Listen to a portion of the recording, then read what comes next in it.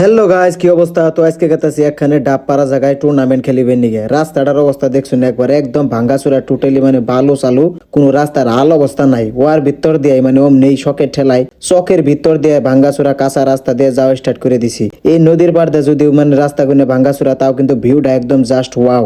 তাই এই প্রকৃতির মনোমোহা দৃশ্য উপভোগ করতে করতে আমরা একদম নদীর পাড় দিয়ে স্টার্ট করে দিছি যাওয়া কোনো রকম ফিল্ডটা বিরছিয়ে। তো ওইভাবে বিরসাইতে বিরসাইতে ভাঙ্গাচুরা রাস্তা দিয়ে বাইকের বাসে বাসে গেতে গেতে গেতে গেতে গেতে গেতে গেতে গেতে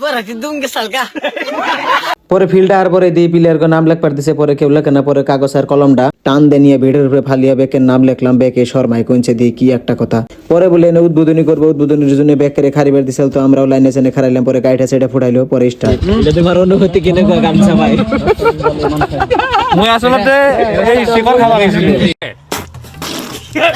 আসলে এটার পাশে একটা স্টোরি আছে, জায়গা ওটা কইলাম না, কিন্তু খেলাটা আজকে বহুতই ভালো খেলাইছে আজুল। জিতি কেনেকুৱা অনুভূতি কেনেকুৱা জিতি? ভাল লাগিছে। ফার্স্ট রাউন্ড আছিলে, কালি আকৌ আহিব লাগিব। হয় নেকি? বঢ়িয়া বঢ়িয়া বঢ়িয়া। আমার দে ভাই, আমার তো আমার দে।